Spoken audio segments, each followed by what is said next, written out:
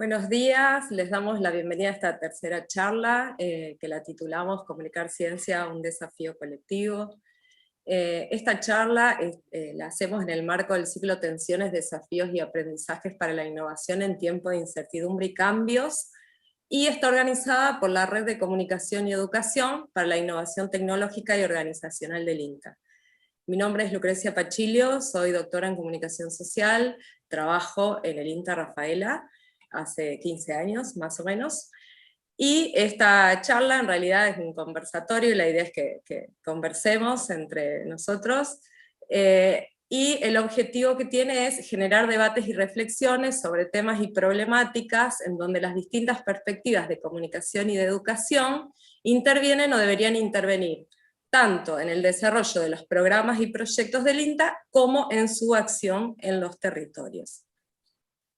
Yo soy Gaby Tagliarico, también voy a estar junto a Lucrecia acompañando como facilitadora esta conversación. Soy magíster en comunicación audiovisual y coordino el área de redes sociales de INTA Argentina. A su vez también fui una de las promotoras y de las gestoras de Tesis en 2 minutos, un programa de comunicación de la ciencia que venimos llevando desde el año 2019 en INTA. Bueno, como les decía Lucre, estas charlas las organiza la Red de Comunicación y Educación. Es un espacio transversal a INTA que propone que los comunicadores y aquellos que nos dedicamos a la comunicación podamos encontrarnos desde distintas perspectivas y tratar juntos de buscar aprendizajes, de construir nuevas experiencias y valorar los aportes de la comunicación y la educación en el desarrollo integral de los proyectos y en todas las áreas institucionales. En este rumbo y en este sentido, la red se propone fortalecer las capacidades institucionales, producir aprendizajes críticos y generar debates y reflexiones con especialistas, tanto de la institución como externos de universidades, y por lo tanto nos alegra mucho tener esta oportunidad de conversar con ustedes. La red también, a su vez, se propone visibilizar los conocimientos que se generan en la institución y desde esos espacios aportar a los procesos y ser parte de los aprendizajes institucionales. Así que, bueno, este es nuestro desafío para el día de hoy y con las siguientes charlas que la red organiza en el transcurso del año. Bien. Siguiendo con lo que dice Gaby, hablando de los desafíos que hoy nos convocan, son ¿desde dónde comunicamos ciencia? ¿Cómo lo hacemos? ¿Qué es y cómo se produce la comunicación de la ciencia? ¿Quiénes deben estar implicados en esta tarea? Y bueno, como sabemos, estamos viendo una revolución en la comunicación, la digitalización y los contextos de cambio e incertidumbre que modificaron nuestra vida cotidiana. Ya sabemos que bueno, ya esto hace rato, pero desde el año pasado estamos más en la incertidumbre y en los cambios de lo digital. Y por lo tanto, se modificó también el modo de comunicar ciencia. Hay nuevas demandas sociales y se modifican los roles de quienes hacen ciencia. Se generan nuevos procesos para generar relaciones entre la investigación y la producción del conocimiento científico, su circulación y su sociabilización. El INTA, como organismo de ciencia y técnica, requiere que profundicemos nuestras prácticas comunicacionales. Cómo incorporar nuevas miradas, cómo hacernos nuevas preguntas, cómo incorporar estas formas particulares de que el conocimiento científico se incorpore y sea parte de la sociedad en la cual está inserto. Entonces también es necesario que consideremos esos sentidos que los actores sociales le dan a estas relaciones, cómo lo incorporan en sus prácticas cotidianas y cómo estos saberes y esas prácticas y estos conocimientos forman parte del conocimiento democrático que necesitamos para poder comprender el valor de la ciencia. Así que son muchos los ejes que nos planteamos por el día de hoy y para esto nos disponemos a conversar con ustedes. Para conversar sobre estos ejes que Gaby acaba de mencionar, nos acompañan hoy 3 especialistas: María Eugenia Facio, Tristán Simanauskas y Julieta Elfman. Bueno, María Eugenia Facio es docente, investigadora en comunicación de la ciencia y la tecnología en la Universidad Nacional de Quilmes. Es doctora por la Universidad de Oviedo, España, donde hizo su tesis sobre narratividad sobre nanociencias y nanotecnologías en diarios de España y Argentina. María Eugenia integró diversos equipos de investigación sobre estudios de ciencia, tecnología y sociedad en el Centro Redes y en la Fundación CENIC de Argentina. Y en el Institute of Development Studies de Inglaterra integró el equipo de programación cultural del Centro Cultural de la Ciencia del MINCIT y participó en la creación del programa de comunicación de la ciencia de la Universidad de Quilmes, donde actualmente realiza actividades de gestión de cultura científica. Así que lo creo. Bueno, María Eugenia, te vamos a hacer algunas preguntas. Nos gustaría saber qué es comunicar la ciencia y para qué sirve. Te voy a hacer las 3 preguntas ahora, así vos después las desarrollás. ¿Qué espacio tiene en la agenda pública, la comunicación pública, valga la redundancia, de la ciencia? ¿Para quiénes tenemos que comunicar ciencia? ¿Y con quiénes queremos conversar cuando hablamos de comunicación de la ciencia? Te paso la posta para que nos cuentes un poco. Bueno, buenos días para todas y todos. Gracias por la invitación. Es muy lindo conocerlas y conocerlos, también compartir la charla con Julieta y Tristán, que no nos conocemos personalmente. Así que gracias Gaby, Carolina, Georgina, Lucrecia. Creo que no me falta nadie.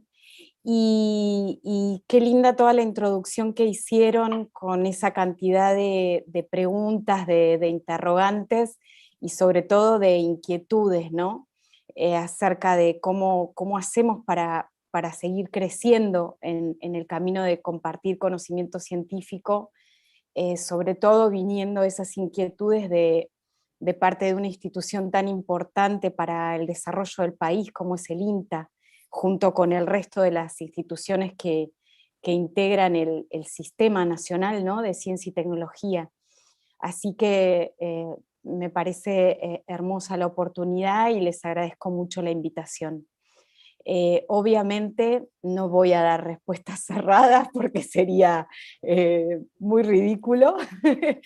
Entonces, tal vez podemos compartir algunos disparadores y algunas reflexiones porque el camino es permanente. Entonces, nada, se trata de ir entendiendo paso a paso qué podemos hacer, cómo podemos evolucionar y punto. Hasta ahí llegan las ambiciones. Voy a compartir pantalla para contar un poco sobre estas reflexiones.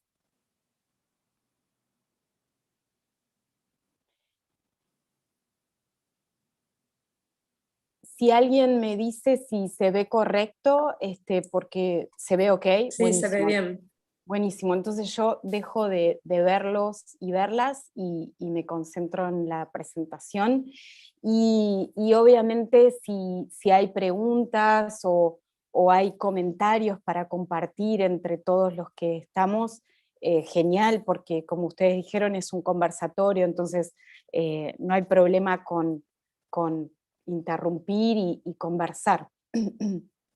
Entonces, un poquito esta es la consigna en base a estas preguntas que plantearon para este conversatorio. ¿Para qué ciencia? ¿Para qué comunicación? Y se abrieron, ¿no?, esas preguntas de la consigna inicial acerca de qué es comunicar ciencia, por qué y para qué hacerlo, qué aporta, qué diferencias hay entre modelos de comunicación científica, qué espacio tiene este tema en la agenda pública, para quiénes deberíamos hacerlo, con quiénes queremos conversar, un poco todo lo que introdujeron ustedes. Ay, me iba a poner el cronómetro para no pasarme de tiempo. Entonces, Respecto a la primera pregunta, como decíamos antes, no hay una única respuesta, ni hay respuestas cerradas, pero una que siempre me parece interesante como semilla en todo caso para que después crezcan más cosas, es esta idea esta definición que propone Ana María Sánchez Mora, una científica y escritora de súper referencia de México, que es esta raíz, ¿no? Cómo comunicar ciencia es recrear información científica de forma precisa y contextualizada. Es decir, es crear algo nuevo, hacer comunicación de la ciencia a partir de una información original que surge del mundo de las ciencias. Y a partir de esa definición, los lenguajes, los formatos, los medios, los soportes y las iniciativas, y sobre todo la mezcla entre ellos, son inagotables. A mí me gusta mucho pensar de esta manera la comunicación de la ciencia porque justamente es una raíz de la que puede brotar infinito. Y una querida amiga, como dice una querida amiga, que trabaja en el mundo audiovisual, de la comunicación de la ciencia, ya entendimos que estos contenidos científicos entran en cualquier formato. Entonces, ese es el punto en el que estamos ahora y que nos pone en un lugar muy interesante en el presente, a la vez que muy desafiante, y que no fue siempre así, pero me gusta mucho esa idea, ¿no? Estos contenidos ya entendimos que van en cualquier lugar, entonces, ¿qué hacemos con eso? Respecto a las otras preguntas, ¿por qué, para qué comunicar ciencia? ¿Qué aporta? ¿Qué diferencias plantean los modos de hacer tradicionales? Yo creo también siempre que es importante tener presente la historia de esta temática, ¿no? Porque corrió mucha agua bajo este puente y un poco la conclusión es esta, ¿no? Que nada se pierde y todo se transforma.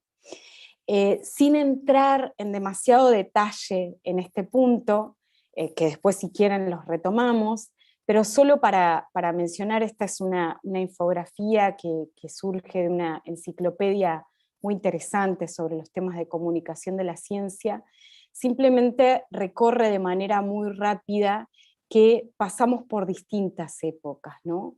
Más cerca del inicio de la ciencia moderna, con un interés por cubrir lugares de conocimiento que los públicos no tenían, más cerca de el inicio de la Big Science y sobre todo en los periodos de guerra, la ciencia como una forma de salvar a las sociedades. Más adelante, en el siglo XX, comenzaron las críticas y los cuestionamientos y empezamos a pensar que no era suficiente con la ciencia como única herramienta de salvación y había que dar lugar a la participación y a pensar en conjunto el destino del conocimiento científico, la aplicación de las tecnologías. Nos empezamos ya a fines del siglo XX a cuestionar las maneras asimétricas de compartir el conocimiento científico, y ya en nuestro siglo, con crisis por todos lados de los medios, pero de todo también, nos empezamos a replantear también las formas de vínculo entre la ciencia y la sociedad, y ahora estamos un poco en esta etapa, ¿no? En una globalización de la comunicación de la ciencia, en una democratización de los conocimientos expertos, y preguntándonos a dónde vamos y si somos todos comunicadores y comunicadoras de las ciencias, si todos somos periodistas científicos. Estamos en una crisis grande ahí. Entonces ha pasado de todo por esta agua, y en este camino. Bueno, acá hay más referencias históricas que se pueden hacer, pero que básicamente muestran que en cada época ha cambiado qué se comunica, quiénes son los voceros y las voceras, dónde ha ocurrido eso, cómo ocurrió en cada etapa y para qué. Y eso es importante porque es explicativo del presente, nos ayuda a comprender este presente complejo en el que estamos. Como siempre, la historia ayuda a ser más conscientes, responsables del presente. Así que esa parte creo que está buena tenerla en cuenta. Y entonces, un poco respondiendo a las preguntas 1, 2, 3 y 4 y todas las que siguen, a mí me parece importante tener en cuenta este gráfico hermoso que no es de mi autoría, es de un gran colega, un amigo, que es Yuri Castelfranchi de Brasil, de la Universidad de Minas Gerais, con el cual hemos trabajado recientemente en varios artículos, y él creó este gráfico sintético para reflejar un poco la situación del presente, ¿no? La comunicación de la ciencia como un mosaico diverso. Me encantan los colores que eligió para representar esa diversidad, pero sobre todo me encanta el eje organizador de esta forma de representar un poco el mapa en el que estamos, y que tiene que ver con los grados de protagonismo de los públicos. Entonces, todo eso, esa idea, ¿no?, de nada se pierde, todo se transforma, de lo histórico, se condensa un poco en este gráfico y en lo que estamos viviendo, con un montón de opciones, de estrategias, como decíamos también al principio en la definición elegida en este caso para la comunicación de la ciencia: lenguajes, formatos, medios, estrategias, tipos de vínculos con los públicos, desde los más tradicionales, que están en este caso abajo y con menos protagonismo de los públicos, hacia los más novedosos y los que están arriesgando cada vez más hacia un vínculo más participativo, más simétrico, más de debate. Voy a ver cuánto tiempo me queda, la mitad.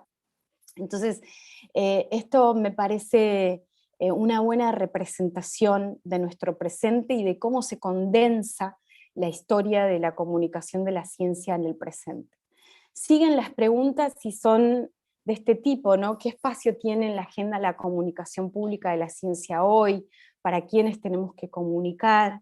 Y tal vez algunos de ustedes vieron que últimamente circuló esta imagen por redes sociales haciendo referencia a una parte de qué y cómo está ocurriendo la comunicación de la ciencia, ¿no? Con este conflicto histórico, este conflicto tradicional entre la ciencia y la comunicación de la ciencia, que se agudiza en esta era de las redes sociales, la ciencia viéndolo todo y desde arriba, y la comunicación de la ciencia viendo por un lugar mucho más chiquito, y acá un conflicto. Pero también es cierto que no solo pasa esto, sino que también pasa esto. También por momentos la comunicación de la ciencia está en un lugar mucho más alto, viéndolo todo, y el resto del mundo viendo cosas muy chiquititas. Y también es cierto que en otras ocasiones también pasa esto: desaparecen esas escaleras, desaparecen las diferencias de visiones, y hay proyectos, iniciativas comunitarias que se están planteando y que están buscando construir el conocimiento de forma colectiva, construir también la comunicación de la ciencia de forma colectiva, y que de alguna manera, digamos, esas tres viñetas hacen referencia a este ecosistema, a este mosaico diverso en el que estamos hoy, ¿no? Entonces es muy difícil hablar de una sola cosa porque nos pasa de no una sola cosa. Y además de que nos pasa de todo en cuanto a el grado de protagonismo que adquieren los públicos en los distintos dispositivos, en las distintas iniciativas que integran ese mosaico diverso y que además intervienen distintas modalidades, formatos, lenguajes y todo lo que dijimos. Hay más variables todavía que intervienen en la comunicación de la ciencia y que estos son ejemplos nada más de 3 tipos de estudios que reflejan, por ejemplo, que lo que nos pasa son creencias, ¿no? Hay las creencias, los saberes previos, la falta de confianza en el consenso científico, son algunas de las cosas que también integran ese ecosistema diverso. Las controversias, como muestra este otro estudio, que es uno puntual, es solo a nivel ejemplificador del caso de 2 tipos de vacunas y cómo fue la aceptación social en relación con esas 2 vacunas, una es la del HPV, otra es la de la hepatitis B, en este caso, en este estudio, y cómo en un caso en el que intervino la controversia, hubo más resistencia, en el que la controversia fue visible para la sociedad, hubo más resistencia de la sociedad que en otros casos, y este otro estudio que intenta demostrar el peso que tienen los referentes, los líderes de las comunidades en la legitimidad que se le da, la legitimidad social que se le da a ciertos conocimientos o a ciertas informaciones, dependiendo de quién es el que lo está diciendo. Este es un caso de un pequeño experimento que se hizo con republicanos a los cuales se los expuso a tweets de Donald Trump en relación a las vacunas e intentan ver cómo se modifican las actitudes de los adeptos a esa ideología y a ese partido en relación con lo que dice su principal referente, ¿no? Entonces, digamos, no solo tenemos esa diversidad del arco iris, sino que además tenemos muchas más cosas más allá de la información, que son, como decíamos, las creencias, los saberes previos. Tenemos la relevancia, la legitimidad que le otorgamos a referentes y tenemos las controversias. Todo eso vuelve al panorama bastante complejo. Tenemos la intervención política, ¿no? El uso político de la comunicación científica. Este es otro estudio que hace referencia a eso, ¿no? A un momento en el que tal vez no alcanza con que las y los científicos salgan a dar información, sino que hay un montón de reglas políticas que están jugando en la arena de la comunicación de la ciencia y de la tecnociencia en términos generales. Entonces hay reglas del juego que hay que empezar a entender a jugar y que van más allá de dar información.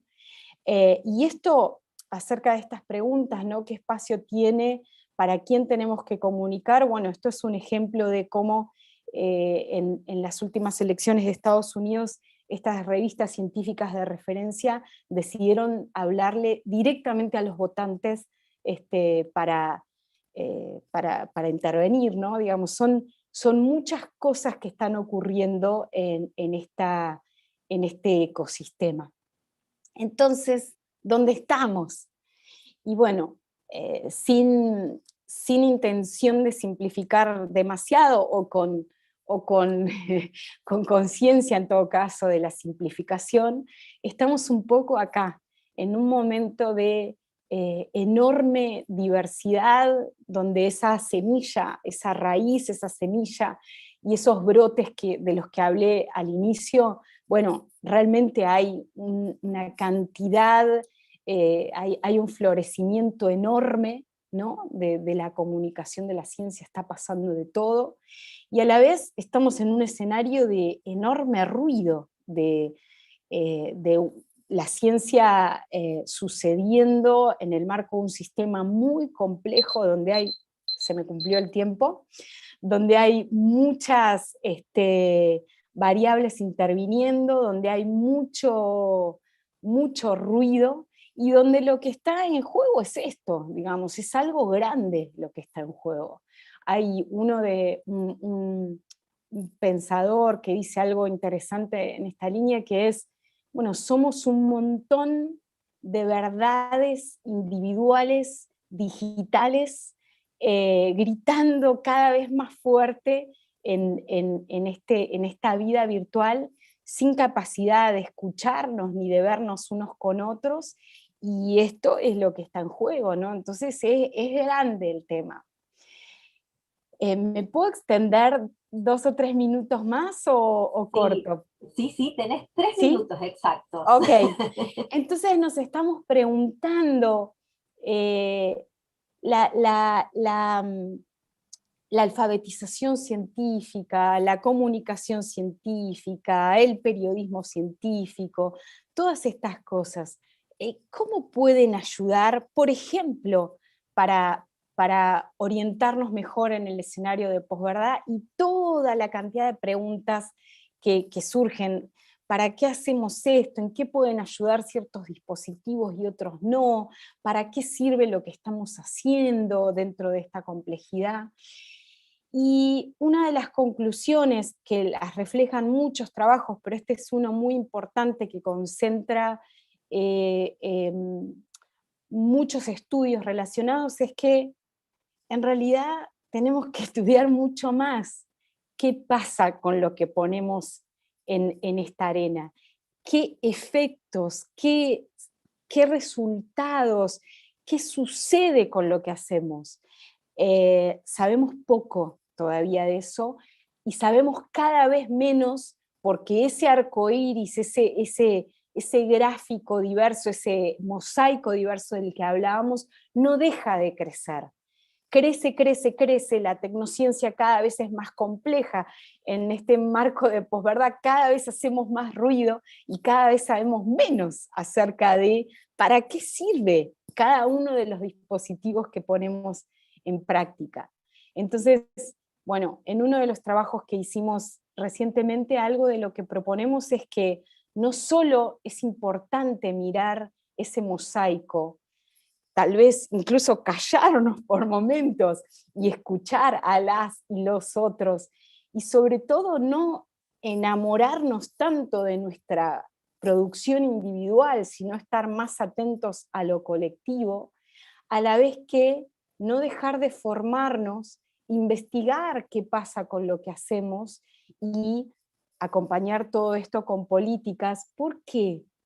Porque lo que está en juego no es el éxito individual de lo que hago en el programa de comunicación de la ciencia en Quilmes. Lo que está en juego es algo más grande, es la ciudadanía científica, es la posibilidad de ser parte, de ejercer derechos, de tener responsabilidades y de poder intervenir en esta realidad que necesitamos cambiarla en muchos sentidos. Entonces, para eso es indispensable la intervención política que nos ponga en un marco común y nos saque de los lugares individuales, a la vez que entrenarnos, investigar para saber qué pasa con lo que hacemos y seguir creciendo, ¿no? Entonces, un poco la conclusión es que no hay una sola opción de cómo hacer comunicación de la ciencia, sino que somos un mosaico con diferentes partes, un ecosistema diverso, y necesitamos sobre todo seguir trabajando para encontrar lugares comunes, que es lo que ustedes plantearon también en la charla, ¿no? Un proyecto colectivo. Necesitamos derribar muros, que las aulas encontrarse con el periodismo, los laboratorios con estudiantes, con las comunidades de vecinos, los museos con las ciencias, con el arte, con el activismo, con los espacios de debate genuino. Y necesitamos investigar, entender qué pasa con lo que hacemos, probarlo, revisar lo que hacemos, para si realmente el interés es genuino en incluir nuevas audiencias, establecer puentes con diferentes posturas ideológicas, con diferentes condiciones de clase, con diferentes condiciones de educación, de creencias, de valores, sobre todo en América Latina, ¿no? Donde la diversidad es la marca a fuego. Entonces, por último digo que en este pequeño trabajito, y no es el único, hay algunas claves que a mí me parecen muy interesantes. Este trabajito se pregunta puntualmente por la alfabetización científica y por el efecto en la desinformación, pero lo podemos extender al periodismo científico, a los museos, a la comunicación en las instituciones de ciencia y tecnología y a muchos otros problemas, que una de las claves que dice es que tal vez no pasa solo por la cantidad o el tipo de información que compartimos, sino por entrar en iniciativas de comunicación de la ciencia con foco en la posibilidad de ejercitar la apertura mental, con la posibilidad de entrenar el hecho de ser muy constantes y muy tener mucha sostenibilidad en la búsqueda de información continua sobre los mismos temas y en la posibilidad de desafiar nuestros propios lugares individuales y de certezas, ¿no? Me quedo Entonces, con esta frase terminé. de María Eugenia de los desafíos colectivos, que era un poco lo que nos proponíamos, de buscar este consenso institucional, y esperamos estar a la altura de poder hacer germinar esa semilla inicial que nos planteaba de recrear la información científica. Desde ya, María Eugenia, te súper agradecemos esta presentación. Nos quedan muchas más dudas y más preguntas para seguir haciendo. Perdón seguir porque me extendí un poquito, perdón. Te me escapaste de los 3 últimos minutos, pero bueno, estamos en tiempo, yo te corté al final, pero así podíamos empezar a darle paso a los otros panelistas que nos acompañan. La alegría de esto es que nos están acompañando desde YouTube no solamente comunicadores, tenemos varios investigadores de la institución, y eso nos alegra porque empezamos a ver que algunos caminos se empiezan a dar y algunos pasos conjuntos también se van consolidando.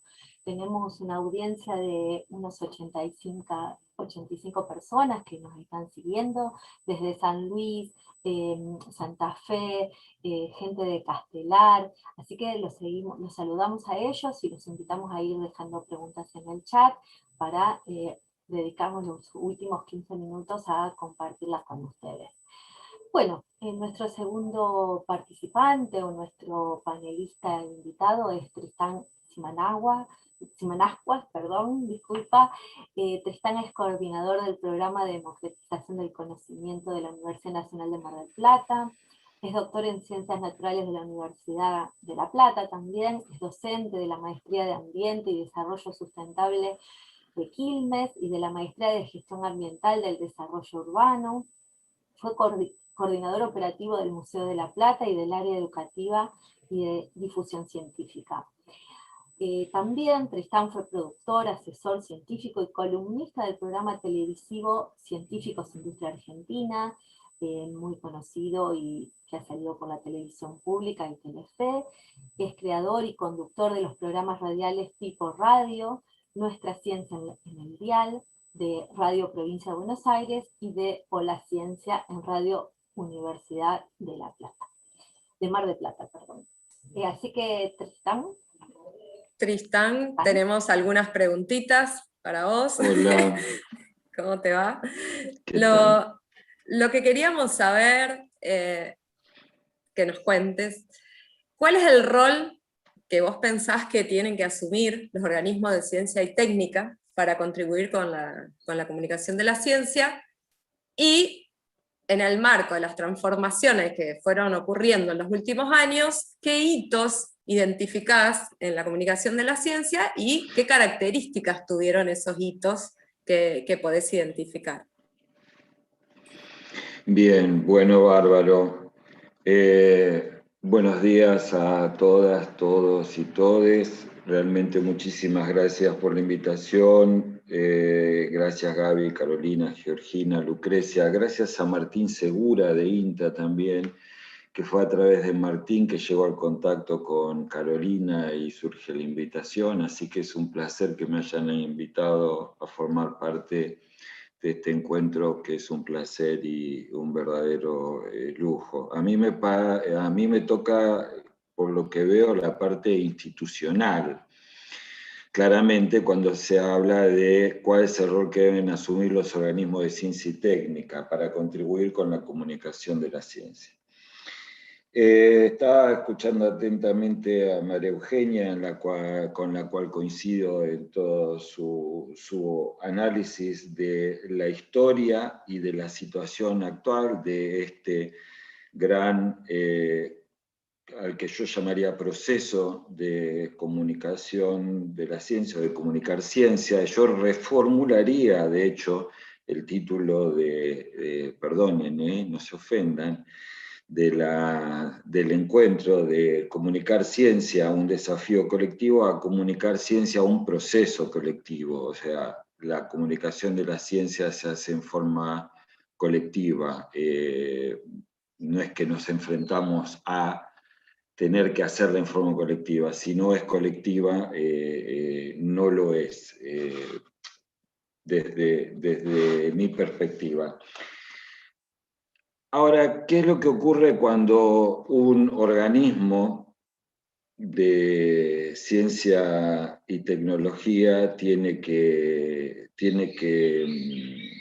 comunicar? O sea, ¿qué es lo que ocurre en ese proceso? Lo que ocurre es que se encuentra con que dentro de ese organismo de ciencia y técnica, que puede tener distintas escalas, o sea, puede ser desde una institución como el INTA, el INTI, el INIDEP, o puede ser una facultad de una universidad, un departamento dentro de una facultad, o la misma universidad en su conjunto.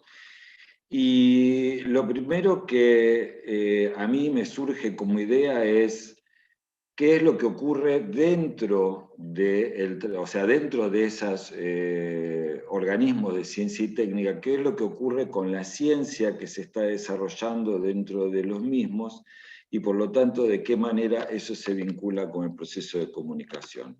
Hace poco, en unos encuentros que hicimos en la Universidad de Mar del Plata, estuvo como invitada Erika Carrizo, la directora nacional de proyectos estratégicos del MITSIT, y ahí hizo un análisis muy interesante, del cual yo se lo voy a robar, obviamente, con el cual quiero arrancar un poquitito, que es el siguiente, que desde que América es colonizada, invadida, como quieran ponerle, conquistada por Europa, se desarrolla en toda América y sigue hoy en día un estilo de desarrollo, ¿no? De desarrollo totalmente hegemónico, que sigue siendo capitalista, que sigue siendo occidental, que sigue siendo productivista, patriarcal y cientificista.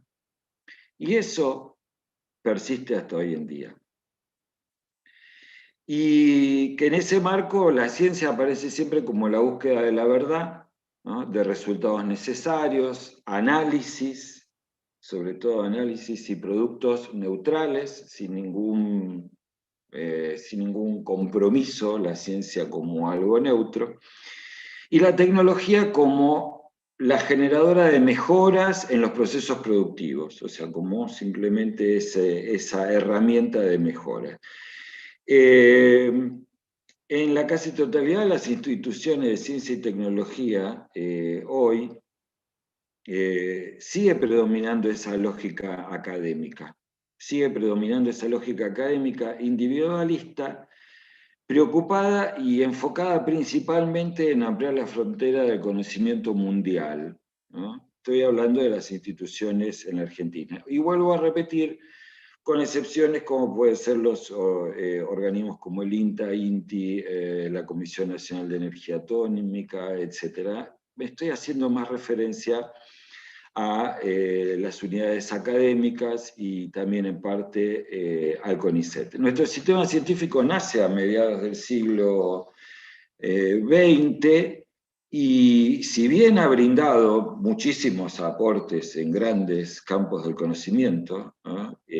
Siempre consolidados desde el Estado, o sea, fue el Estado el que ha sostenido ese desarrollo, hay una desconexión, claramente. Hay una desconexión entre este enfoque academicista, individualista y universalista que predomina dentro de las unidades o dentro de los centros de formación del conocimiento, y la necesidad de la resolución de los problemas sociopolítico-ambientales y locales de nuestras sociedades, o sea, de nuestras sociedades latinoamericanas o de otras palabras, de otros países del mundo. O sea,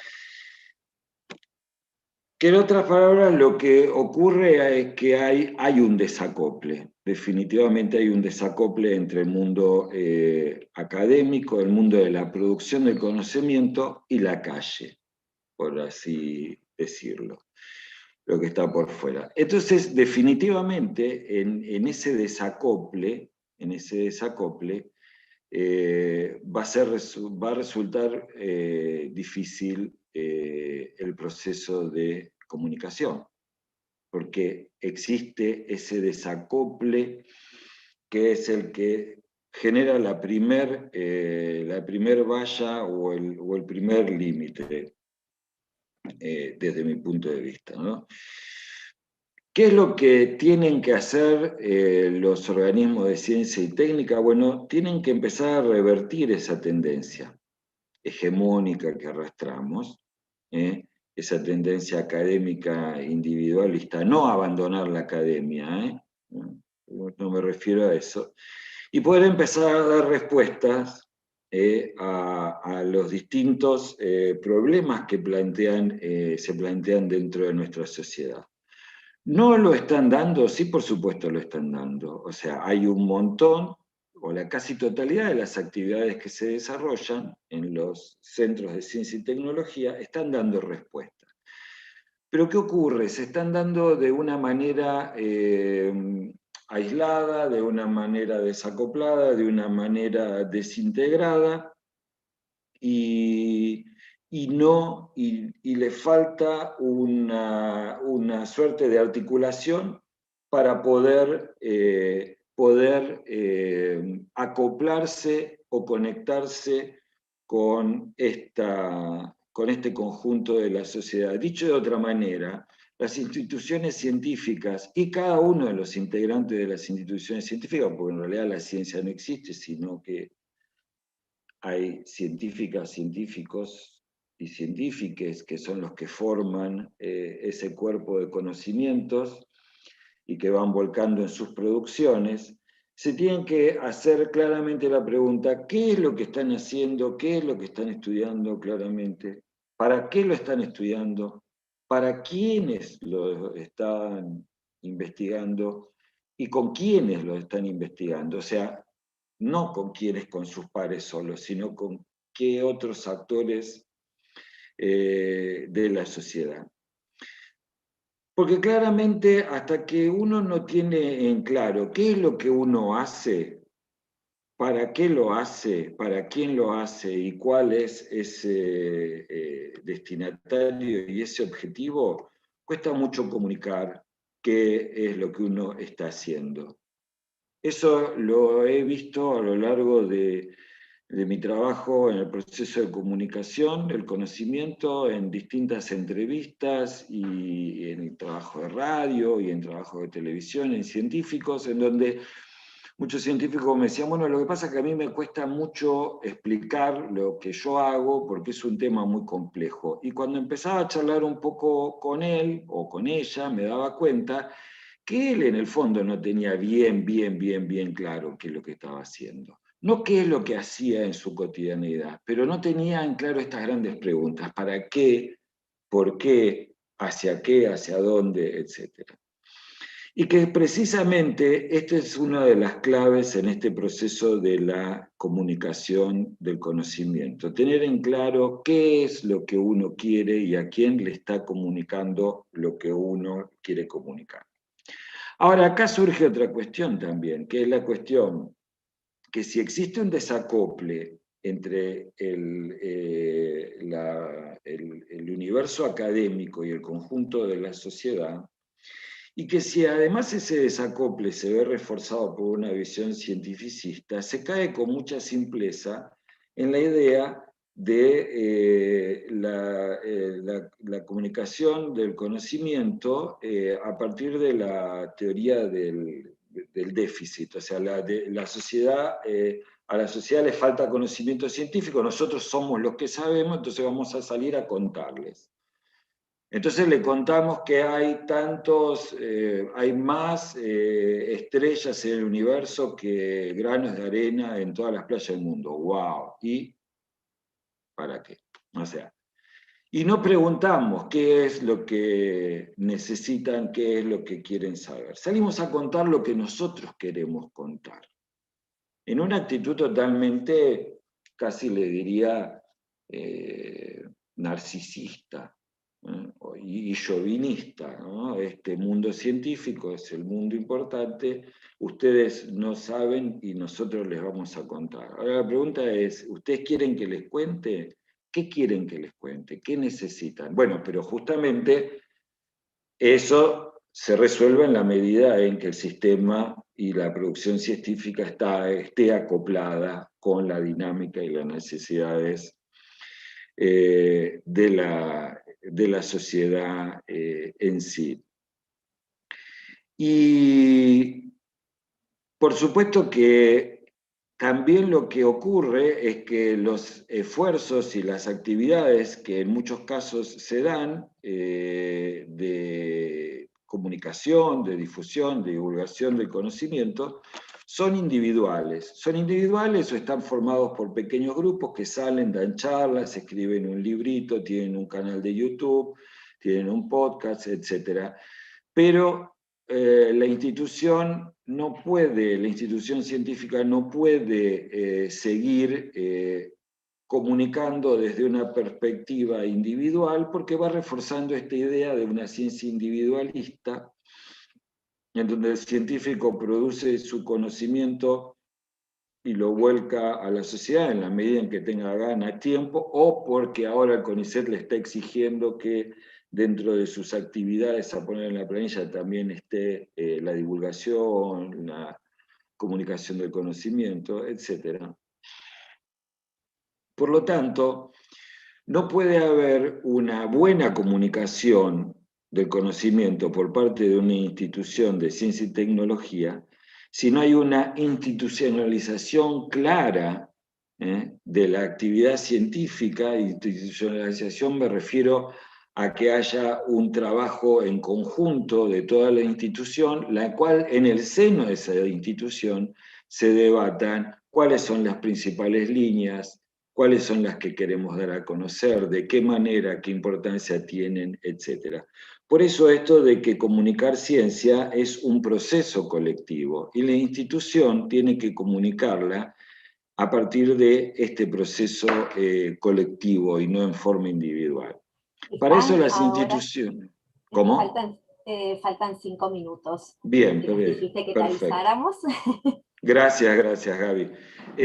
Por eso es importante que se piense no ya en términos de qué va a comunicar cada uno, sino que tiene que cada una de estas instituciones pensar de que hoy en día ninguna institución puede no tener su equipo de comunicación institucional, su equipo de divulgadores y comunicadores, y todos esos conformen una gran estructura que permita articular este proceso de comunicación del conocimiento. Con respecto a los principales hitos que yo distingo en este proceso de la comunicación del conocimiento, yo me voy a basar en los hitos en la historia reciente de la Argentina. Y para mí el más importante, y no es porque haya formado parte del mismo, fue precisamente la aparición de Científicos de Industria Argentina en la televisión pública en el año 2003. ¿Por qué digo esto? Porque fue el primer programa en donde claramente en un medio masivo de difusión, no trajo el tema de la ciencia y el conocimiento, sino que presentó directamente a científicos argentinos en sus tareas y en sus trabajos. Y cómo trabajaban, y íbamos a los lugares y mostrábamos sus laboratorios o en el campo, cómo tomaban las muestras, etc. Eso fue para mí uno de los hitos más importantes porque inició la popularización. Producto de eso, no me cabe la menor duda, surge el canal Encuentro en el 2007, en donde ahí se desarrollan un montón de programas que además, sumado al tipo de televisión, la televisión abierta a través de la cual va el canal Encuentro, por sistema de televisión cerrada, etc., empiezan a aparecer un montón de productos de comunicación de la ciencia, aparecen muchos del área de las ciencias humanísticas y sociales, porque hasta ese momento también siempre cuando se habla de ciencia se piensa en la ciencia del laboratorio, las ciencias del laboratorio, las ciencias exactas, naturales. Y dentro de eso yo no quiero dejar de destacar el gran valor que tuvo, por ejemplo, Paca Paca y particularmente, por ejemplo, Samba, que arranca en el 2010. ¿Y por qué lo cuento? Porque hace poco, viajando con un remisero que me estaba llevando a comprar un libro, cuando le cuento que voy a la librería, me cuenta de que su hija es fanática de la historia, que hace poco le compró un libro sobre la Segunda Guerra Mundial, y yo lo miro y le pregunto, ¿y cuándo empezó tu hija? En el momento de la pregunta, la hija tenía 16 años.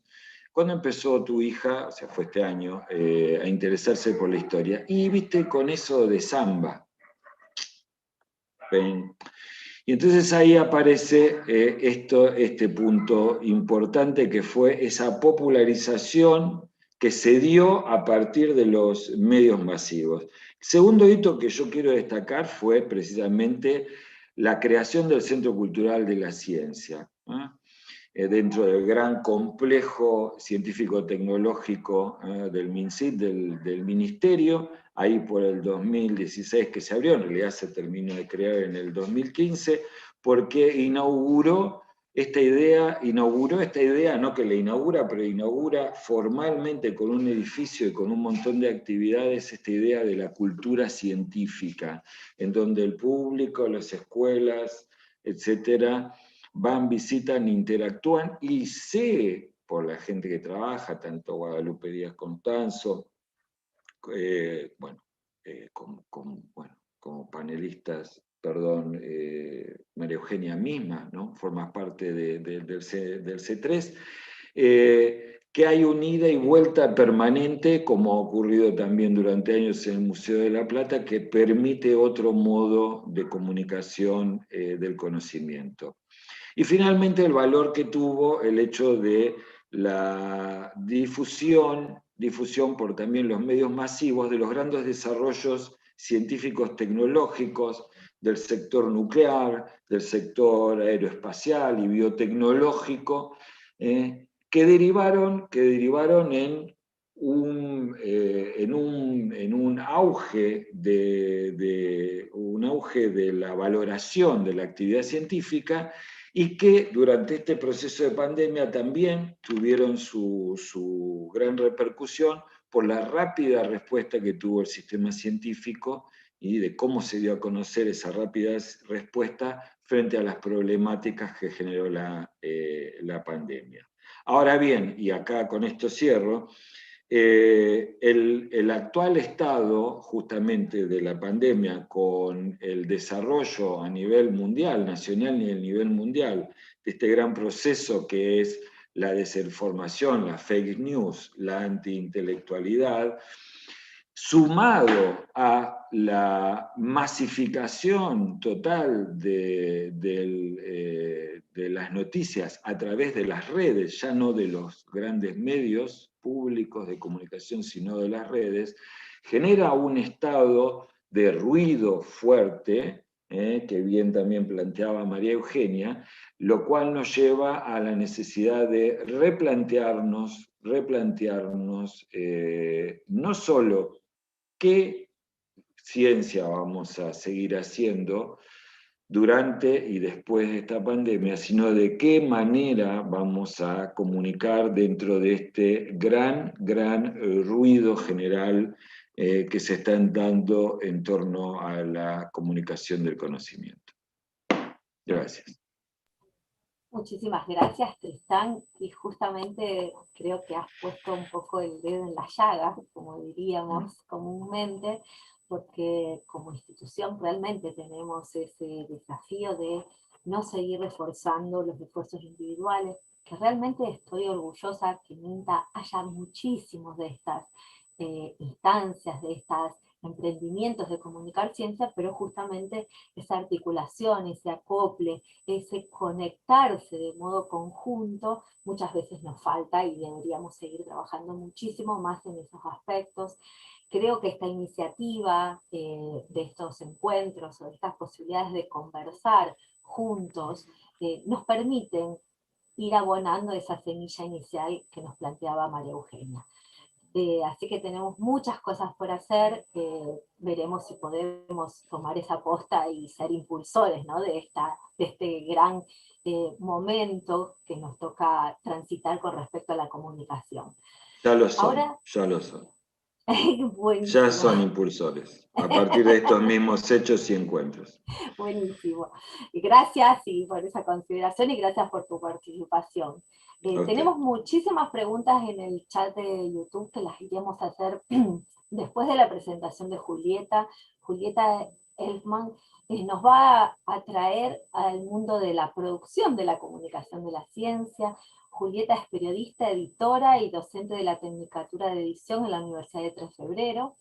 Antes de terminar su licenciatura en Comunicación de Palermo, pasó por las carreras de Letra y Ciencias Políticas de la Universidad de Buenos Aires. Fundó y dirige Tantagua Editorial, donde trabaja con su socia Cristina Angelini para generar libros que enciendan fuegos. ¡Wow! En 2020, Julieta cursó la especialización en Comunicación Pública de la Ciencia en la UBA, y ahí conoció a Vale y a Caro, quienes hoy forman parte de Científicas de Acá. A Vale la admiraba desde hace muchos años por su trabajo, nos cuenta Julieta, y en que algún momento fantaseó con estudiar astronomía, es la menos científica de las 4 fundadoras.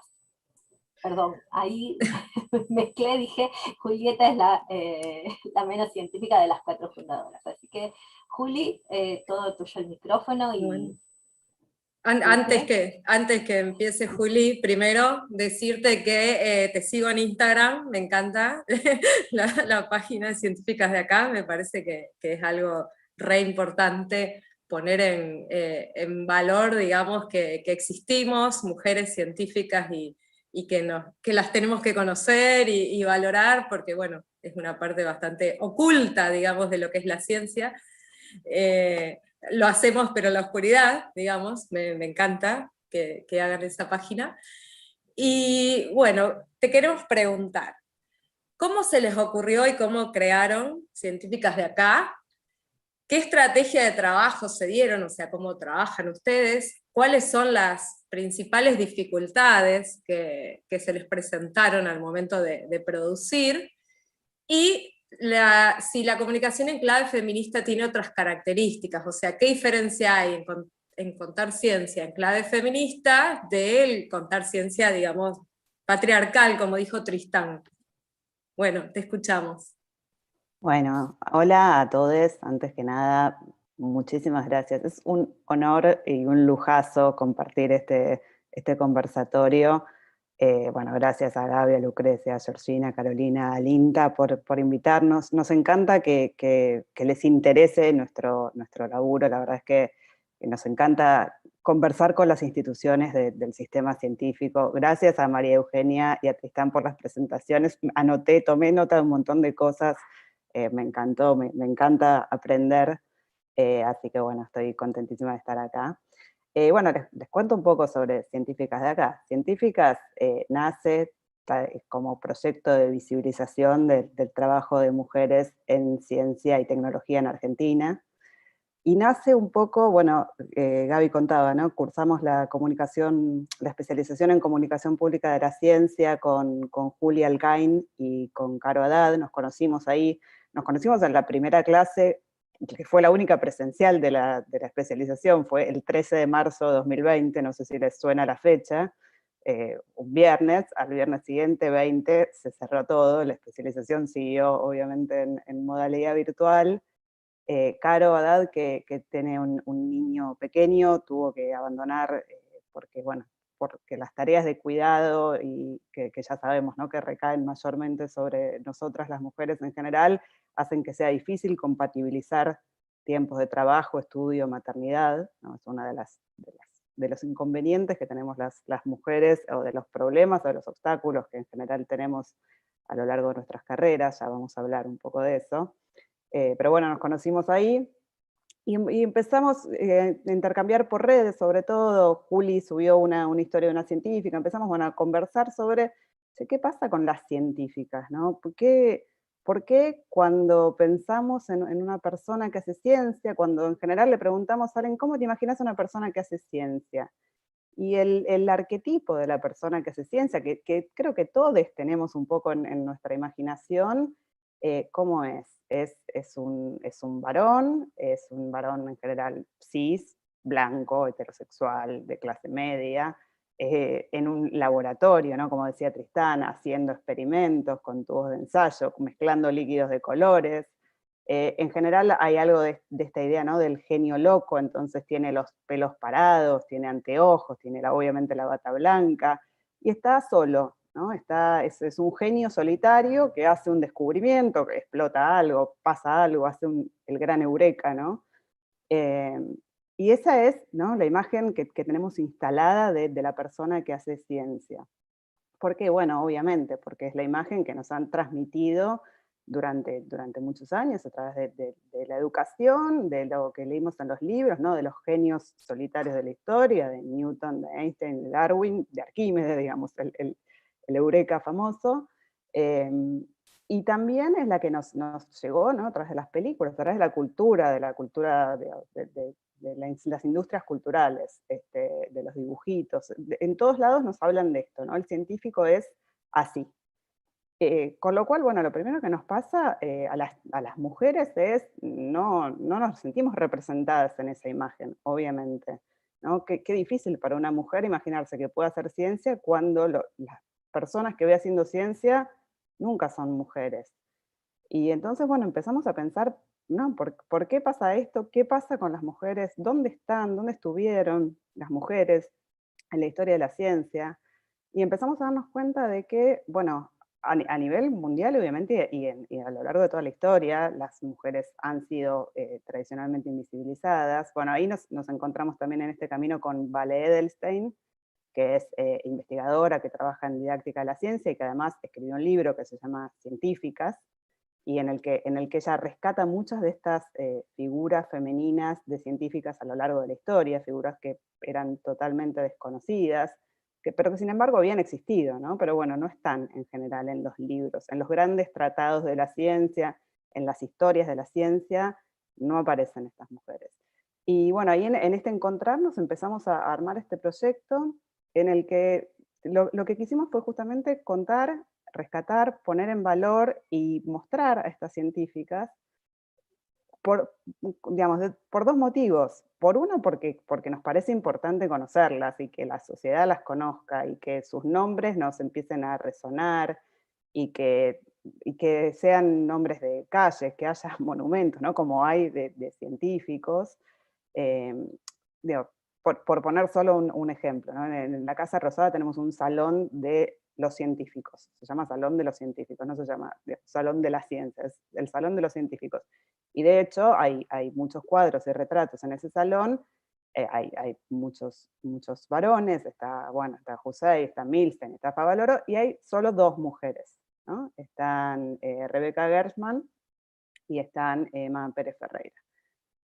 Pero bueno, dijimos, ¿por qué? ¿Por qué no hay más mujeres? No hubo más mujeres científicas en la historia. Entonces, bueno, nos pusimos a investigar, empezamos a contar estas historias en redes, en principio con esta intención de visibilizarlas a través de este formato de contar historias que nos parece que es convocante, que es atractivo, digamos. No quisimos, ¿no?, hacer contar la ciencia desde un lugar pretencioso, digamos, como decía Tristán, ¿no?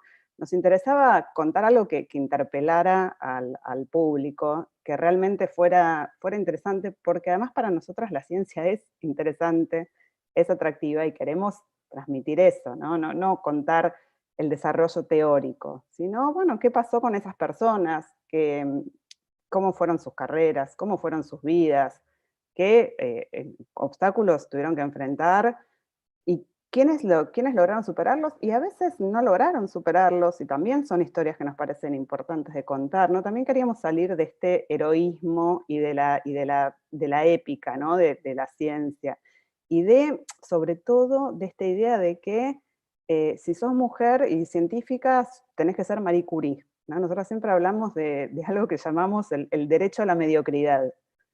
Y para nosotros es súper importante contar eso. No por ser mujeres tenemos que ganarnos 2 premios Nobel para merecer formar parte de la historia de la ciencia. Tenemos que formar parte de la historia de la ciencia porque estamos ahí, porque somos parte de la sociedad, porque así como estamos en muchos otros lugares, queremos y tenemos derecho a estar ahí, porque nuestra mirada es importante, porque si no hay mujeres en ciencia, hay preguntas que faltan, ¿no? Porque para hacerse preguntas hay que tener ciertas problemáticas, ¿no? Es muy difícil hacerse preguntas sobre algo que uno desconoce, sino, diría imposible. Entonces para nosotros es importante mostrar que las mujeres en ciencia aportamos una mirada. Solemos discutir con esta idea de que si no hay mujeres en ciencia, la ciencia es peor. No sabemos si es peor, no sabemos si enriquecemos la ciencia en el sentido de hacerla mejor. Seguro la hacemos más completa, más compleja, ¿no? Porque justamente hacemos preguntas que, bueno, que los hombres no se hacen porque no atraviesan determinadas vivencias. También queríamos mostrar, y para nosotros es muy, muy importante, es una parte muy importante del proyecto, la diversidad. Justamente por eso, ¿no?, hablábamos de esto de la ciencia no se hace solo en laboratorio, hay ciencias en territorio, hay ciencias en campo, hay ciencias que no necesariamente involucran experimentos, ¿no? Esta idea de desmitificar, cuando hablamos de este estereotipo del científico loco, la idea es romperlo por todos lados, no solo porque hay mujeres, sino porque el laboratorio es un artificio, digamos, que le corresponde solo a muy pocas de las disciplinas científicas. Hay muchas otras disciplinas que se hacen de otras maneras, y también porque hay las personas que hacen ciencia son diversas, ¿no? Hay personas haciendo ciencia con diversidades de orígenes, de diversas maneras, obviamente en diversas disciplinas, y con diversidad de género también, que era algo que nos parecía muy, muy importante contar. Bueno, hicimos este recorrido, ¿no?, de empezar a contar historias en redes, fuimos armando como un corpus que nos parecía lindo, interesante. En algún momento empezamos a fantasear con esta idea de hacer un libro, entonces, bueno, ¿qué historias elegimos para investigar más en profundidad, para contar más en detalle? Bueno, hicimos mucho debate al respecto. Queríamos contar justamente, ¿no?, queríamos hacer una selección que atravesara un poco todas estas ideas de diversidad. Para nosotras era muy importante que estuvieran reflejadas todas estas diversas disciplinas y modalidades de la ciencia, así que bueno, nos tomamos un tiempo para hacer esa selección. La verdad que estamos contentas con el resultado, creemos que quedó un buen mix, pero obviamente nos quedamos cortas, digamos, tenemos 25 historias y queremos contar muchas más, así que bueno, seguimos con este trabajo de visibilización. También para nosotras fue muy importante el aporte de la comunidad, tanto María Eugenia como Tristán hablaban de esto, ¿no? no contar la ciencia desde un lugar externo, ajeno, ¿no? Nosotros involucramos mucho a la comunidad desde el principio. Para nosotros es muy importante tener aportes. Permanentemente invitamos a contar historias, por eso, bueno, desde que arrancamos armamos una movida en Twitter que se llama Martes de Científicas, y los martes de científicas lo que decimos es, bueno, contanos vos tus historias, ¿no? Cuéntenos científicas que conozcan, que cercanas o no, o cuyas historias hayan encontrado en algún lugar, o de sus disciplinas, porque nosotras somos 4 autoras.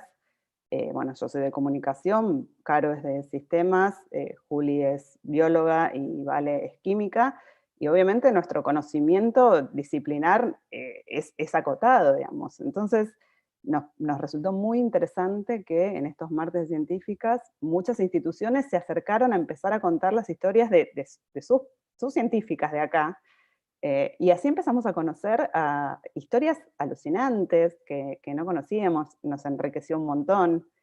A partir de ahí, bueno, en realidad desde el principio del proyecto, pero empezamos a armar una base, digamos, un listado de científicas de acá, ¿no? Que es como, en realidad es el corazón del proyecto. Esto es un listado que está en nuestra página web, que es www.cientificasdeacá.com, y en este listado lo que hacemos es ir sumando a todas estas referentes cuyas historias nos van contando, y a todas las que nos van proponiendo. Es un listado colaborativo, o sea que todos pueden sumar nombres, porque justamente nuestra idea es mostrar cuántas científicas de acá hay, en qué están trabajando, y que este listado, el objetivo principal que tiene es que sirva como repositorio justamente para medios de comunicación, para organizadores de eventos, para las mismas instituciones, ¿no? Para que se acabe esta excusa de no hay mujeres trabajando en esto, ¿no? Nosotros, otra cosa que veíamos, y que para nosotros es muy importante, es cómo se representa a las científicas en los medios de comunicación, cómo aparecen, si aparecen, qué preguntas se les hacen, ¿no? Porque a las científicas muchas veces se les preguntan cosas que a los científicos no se les preguntan. Por ejemplo, cómo compatibilizan su vida personal con su carrera, o se habla de su aspecto físico, ¿no? Se suele mencionar si se maquilla o no se maquilla, cómo se viste, cómo tiene el pelo, cosas que con los hombres no suceden. Entonces, ¿cómo aparecen las científicas en los medios de comunicación? ¿Cuánto aparecen? ¿Por qué en algunos casos no aparecen? ¿Por qué cuando se buscan voces autorizadas, en general hay una desproporción enorme y son más los varones que las mujeres los que aparecen, ¿no? Bueno, una de las excusas más frecuentes es, bueno, porque no conozco mujeres que trabajen en esta disciplina, porque no hay referentes. Bueno, falso, ¿no? Queríamos desmitificar esto, entonces armamos este listado que está a disposición, que sigue creciendo, ¿no? Que empezó con algunos nombres y ya son creo que son como 500 más o menos científicas de acá que están ahí representadas. Y la idea es justamente seguir mapeando, ¿no? Y seguir sumando y enriqueciendo y conociendo cada vez a más mujeres y personas con diversidad de género que trabajan en ciencia y tecnología. Tenemos generalmente, ¿no?, discusiones, ya desde el título, ¿no? Cuando dijimos científicas de acá, empezamos a discutir, bueno, ¿qué es ser científica, ¿no? ¿Qué es una persona que se dedica a la ciencia? ¿Qué es ciencia y qué no es ciencia? Entonces ahí empezaron a aparecer discusiones. Por ejemplo, en el libro contamos la historia de una arquitecta, una investigadora en arquitectura. Bueno, ¿es científica? ¿No es científica? Bueno, esta persona, de hecho, está como legitimada, digamos, porque trabaja en CONICET, porque ganó el premio en investigación Jusey. Pero bueno, es toda una discusión, ¿no? Bueno, esta persona es científica porque además justamente lo que investiga es la invisibilización de las mujeres en la arquitectura a lo largo de la historia. Entonces nos parecía muy interesante contar este paralelo, ¿no?, entre la invisibilización de las científicas y la invisibilización de las mujeres en otras disciplinas. ¿Qué es ser de acá? ¿No? También nos preguntábamos esto. De acá son las personas que trabajaron en Argentina, pero también personas que nacieron en el extranjero y eligieron desarrollar su carrera en Argentina. Y ahí tenemos un ejemplo muy claro, que es el de Fran Bubani, que es la primera investigadora trans de CONICET, que que nació en Brasil y que encontró en Argentina, gracias, principalmente gracias a la ley de identidad de género, un lugar en donde poder hacer su transición de manera segura. Entonces, bueno, queríamos contar esa historia. Contamos también las historias de científicas que nacieron en Argentina, que se formaron acá y que tuvieron que exiliarse muchas veces debido a los grandes quiebres, ¿no?, institucionales, históricos que tuvo el país, y que también nos parecía interesante contar por qué tuvieron que irse. Algunas se fueron y volvieron, algunas no volvieron. Bueno, el universo de ser de acá, ¿no? De ser científica de acá es muy amplio. Nosotros en algún momento que quisimos llevarlo a científicas latinoamericanas. Es obviamente un trabajo muy arduo, pero estamos tejiendo redes, por suerte, con colectivos de otros países de Latinoamérica para construir esta red de visibilización que nos parece súper importante, porque obviamente Latinoamérica tiene problemáticas propias, porque la ciencia que se hace acá tiene valor y entendemos que tiene que estar situada, ¿no?, que tiene que responder a nuestras necesidades, a las necesidades de estas sociedades particulares. Y también a lo largo de este camino, es que esto es importante decirlo, nos subimos a hombros de gigantas, ¿no? Nosotros solemos tomar esta frase de Newton y decirlo porque nos parece importante, porque, bueno, la red argentina es la RACCIT, de Género en Ciencia y Tecnología, viene haciendo un trabajo súper importante en este sentido. Hay muchos colectivos que vienen investigando en clave feminista, ¿no? Nos preguntaban cuáles son las características de la comunicación de la ciencia en clave feminista. Y yo creo que una de las características es entender cuáles son las problemáticas que enfrentamos las mujeres, entender por qué, por ejemplo, cuando nos preguntan qué porcentaje de mujeres hay trabajando en el sistema científico, y nosotros decimos, a nivel mundial es muy bajo, ¿no? A nivel mundial es cerca del 30%, pero la verdad es que en Argentina es alto. No solo es alto, sino que somos más de la mitad, casi el 60% de las personas que trabajan en ciencia, en el sistema científico en Argentina, son mujeres. Y entonces, ¿no? Entonces la pregunta que sigue es, ¿cuál es el problema? Si son el 60%, son un montón. Bueno, el problema es dónde estamos las mujeres. Las mujeres estamos en la base del sistema científico, en los escalones más bajos, en los ingresos, somos muchas becarias, somos muchas investigadoras de las categorías más bajas, pero a medida que se asciende, ¿no?, en el escalafón científico, nos vamos cayendo. Hay cada vez menos mujeres y cada vez más varones. Y lo mismo sucede, Julieta, ¿no? disculpa Sí. que te corte un segundo. Nos queda poquito tiempo y me gustaría si podés mostrar el gráfico ese que tenías sobre los efectos de qué pasa con las mujeres en la ciencia. Dale, perfecto, ahí vamos. Para ir cerrando. A ver si se ve bien, ustedes me dicen si se ve bien. Sí, justamente, bueno, acá tenía un poco esto que estábamos contando, ¿no? El tema de lo que se llama efecto tijera, ¿no? Que agrandalo un poquito más, si se puede. Ahí va. Ahí está, ahora ¿No? sí. Sí, ahora sí. Esto es lo que llamamos, esto es de lo que veníamos charlando, ¿no? El efecto tijera. Somos muchas, miren los porcentajes, ¿no? Somos muchas, arriba del 60% en las primeras categorías del sistema, y acá, no sé si ven, se produce como un cruce, ¿no? Y en donde las mujeres nos empezamos a caer a partir de investigadores independientes, y los hombres empiezan a subir en proporción.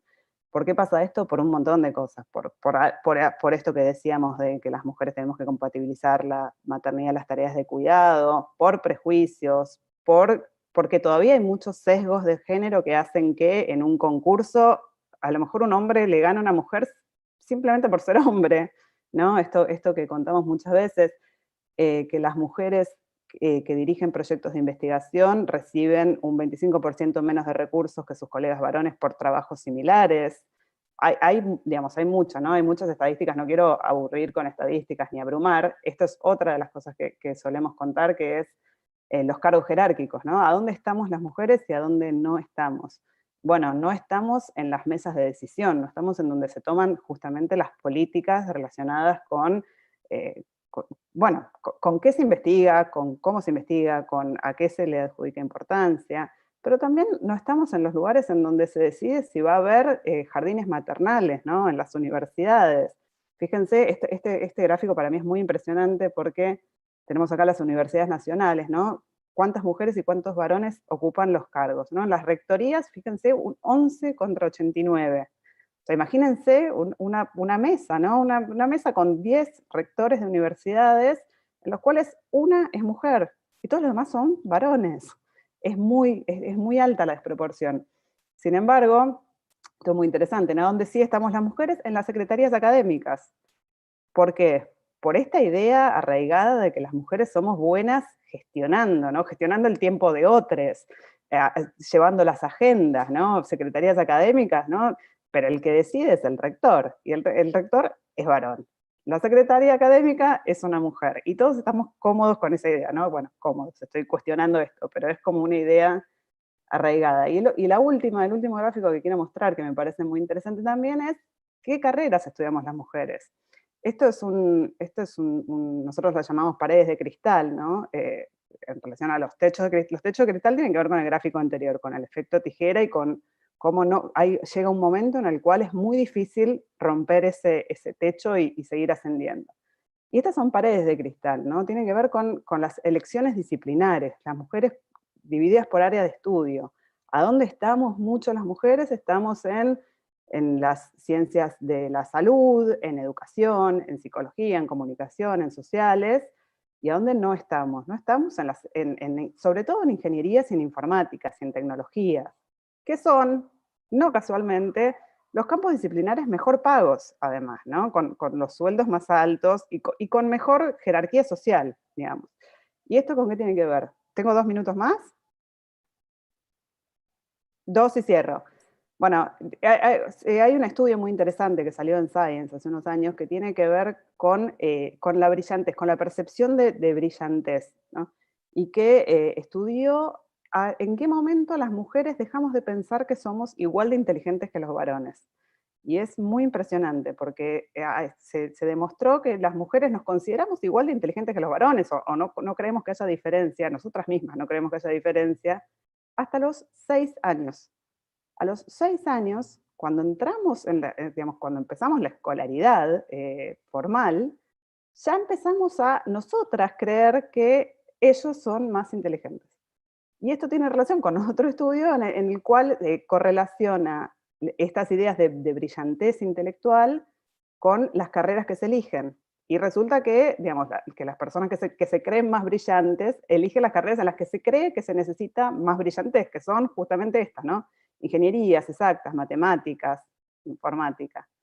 Las mujeres quedamos afuera de esto. Estas son paredes de cristal, ¿no? No se ven, pero nos estancan, nos generan, bueno, estos estereotipos en los cuales nos han educado diciendo que los números son para ellos, ¿no? Vale Edelstein siempre menciona que había una Barbie que hablaba, y que una de las cosas que decía la Barbie que hablaba era: las matemáticas son difíciles, ¿no? Y esa Barbie nos hablaba a nosotras, a las chicas. Las matemáticas son difíciles para nosotras, ¿no? Porque alguien las hacen ellos, los chicos. Nosotras, después de eso, creo que la matemática, la Barbie decía algo como: qué linda que sos, o algo así, y te gusta algún chico, ¿no? Eran como las cosas que nos tenían que importar a nosotras, eran ser lindas y engancharnos con un pibe que fuera matemático en lo posible, brillante, inteligente, porque la inteligencia quedaba de su lado. Bueno, todas estas cuestiones las quisimos como mostrar, poner en relevancia, a través de contar las historias de científicas y a través de contar, bueno, qué pasa con las mujeres en ciencia, por qué no nos han visto, digamos, por qué no nos hemos visto a lo largo de la historia, a pesar de que estamos, y un poco plantar esta bandera, ¿no? De que estamos. La comunicación de la ciencia en clave feminista creo que pasa básicamente por ahí, por entender por qué no han contado nuestras historias, y por empezar a contarlas también para que muchas mujeres, para que muchas chicas se animen y se den cuenta de que esto sí es para ellas, y que hay un mundo entero, ¿no? Y también esto, que cierro con esto, ¿no? Retomo esto del derecho a la mediocridad, porque para nosotras es muy importante esto. No tenemos que ser brillantes. El mundo está lleno de hombres mediocres y no pasa nada. Y las mujeres también podemos tener una carrera científica que no sea descollante, y tenemos derecho a tenerla y estar ahí, y a hacer un pequeño aporte y a seguir con nuestra vida, ¿no?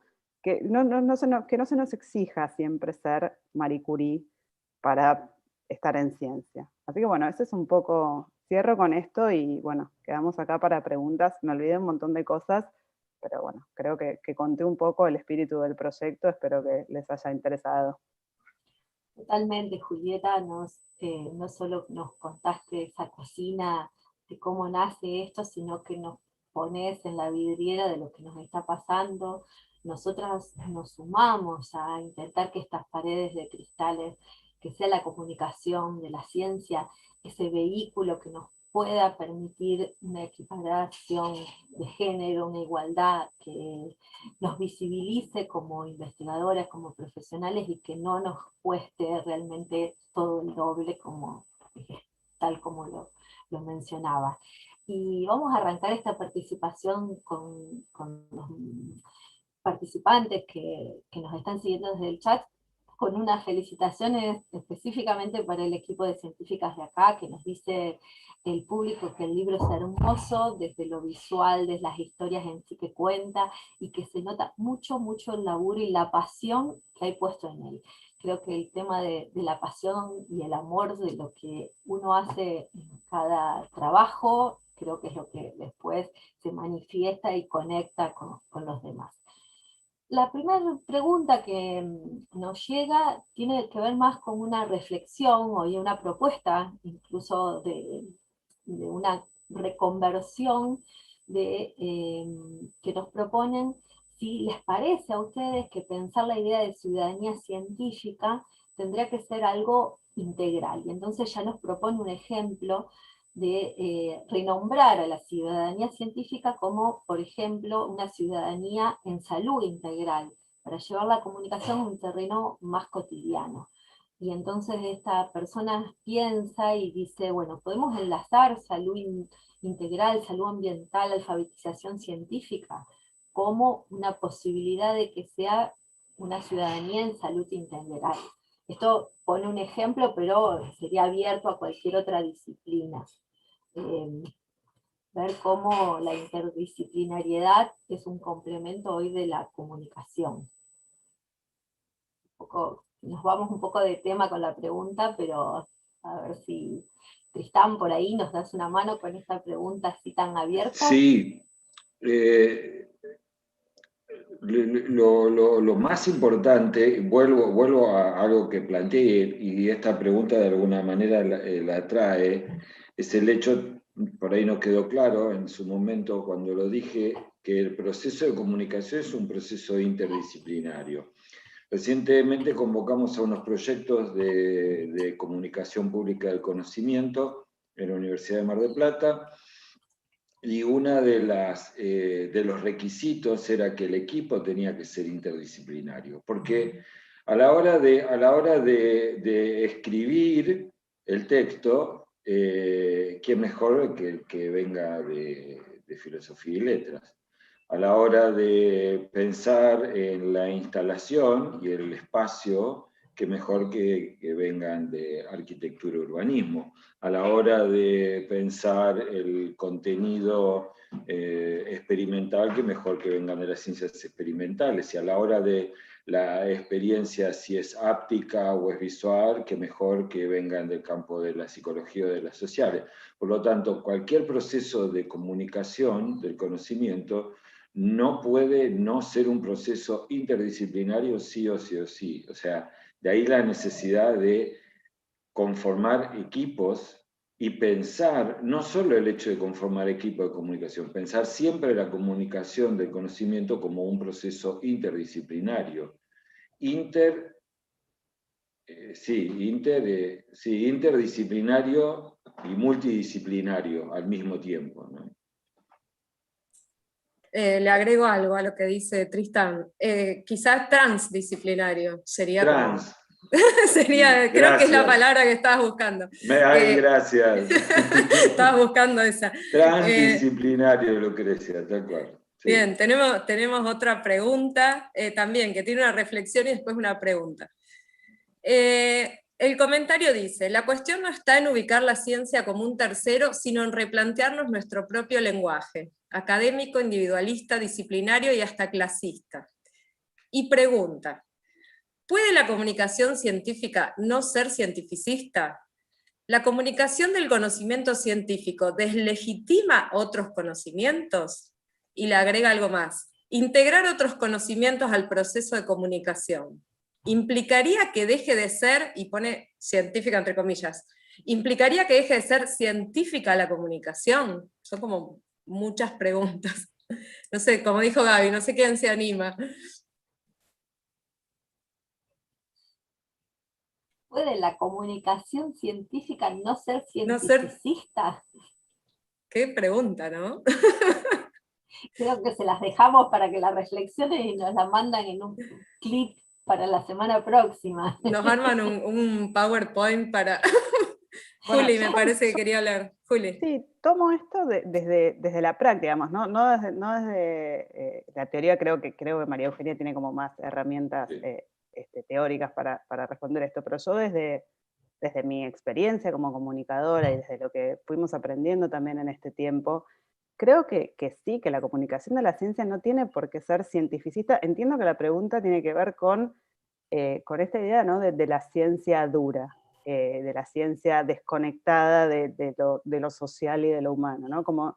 Y como decía Tristán en algún momento, ¿no?, la ciencia no existe, existen los científicos trabajando, generando conocimiento, produciendo conocimiento, y la ciencia es necesariamente ciencia situada, es ciencia en contexto, es una producción social.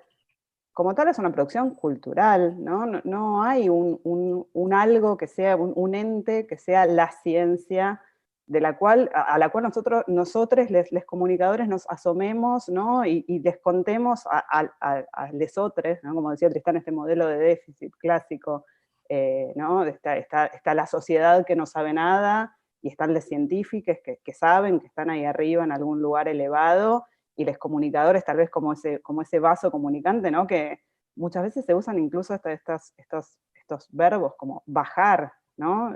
Bajar la información, ¿no? La información no baja de ningún lado, porque no está arriba, digamos, básicamente. La información circula, se construye en comunidad. La ciencia es un trabajo colectivo, de equipo, ¿no? Mucho de esto que yo decía también, de este estereotipo, ¿no?, del científico solitario, tiene que ver con esto, ¿no? De construir esta idea también tiene que ver con entender que la ciencia es una construcción colectiva, es una construcción con avances y retrocesos, y que no existe como ente abstracto ideal. Entonces me parece que la comunicación de la ciencia tiene que transmitir todas estas ideas justamente para desmitificar, para acercar, para un poco esto que decíamos, ¿no? Hacer atractiva la ciencia, hacerla sexy, digamos, hacerla interesante, porque si no se convierte en algo tan lejano, ¿no? Este ejemplo que daban de cuántas estrellas hay en el universo. Bueno, está bueno saber si interesa esa información. No es información que haya que bajar, que necesariamente haya que, ¿no?, esta palabra, bajar, divulgar, ¿no?, repartir entre el vulgo. Entonces, yo creo que sí, que la comunicación de la ciencia no solo puede no ser cientificista, sino que debe no ser cientificista, entendiendo que usan esta palabra, no cientificista en este sentido, de lo alejado y desconectado de la experiencia humana. La ciencia es una experiencia humana. Eso es desde mi